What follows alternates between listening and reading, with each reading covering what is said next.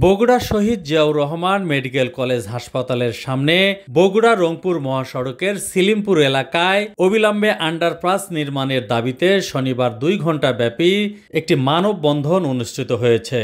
স্থানীয় এলাকাবাসী ও ব্যবসায়ীদের উদ্যোগে এই মানববন্ধন ও বিক্ষোভ মিছিল করা হয়।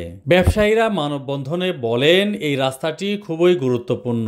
প্রতিনিয়ত হাজার হাজার মানুষ এই রাস্তা পারাপারকালে দ্রুতগামী যানবাহনের সঙ্গে হতাহতর ঘটনা ঘটে।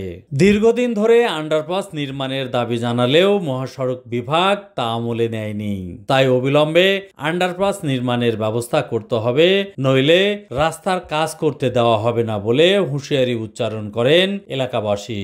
শহীদ জিয়াউর রহমান মেডিকেল কলেজ হাসপাতালের 2টি গেট মহাসড়ক সংলগ্ন। সেই মহাসড়কের ফ্লাইওভার তৈরির কাজ শুরু হয়েছে। এতে মেডিকেল কলেজের জরুরি বিভাগের মূল গেট বন্ধ হয়ে যাবে। এতে প্রায় 1.5 কিলোমিটার পথ ঘুরে জরুরি বিভাগে আসতে হবে রোগী ও তার স্বজনদের। এছাড়াও মেডিকেল কলেজে ভর্তি রোগীদের জরুরি ওষুধপত্রাদি ও অপারেশনের সরঞ্জামাদি কিনতে 1.5 কিলোমিটার পথ ঘুরে মেডিকেল কলেজের সামনে ঔষধের দোকানে আসতে হবে।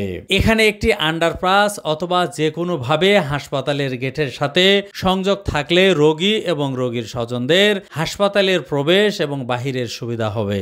রোগীদের কথা বিবেচনা করে এখানে আন্ডারপাস বা মেডিকেল কলেজের প্রবেশ পথের সংযোগ থাকা উচিত বলে দাবি জানান এলাকাবাসী।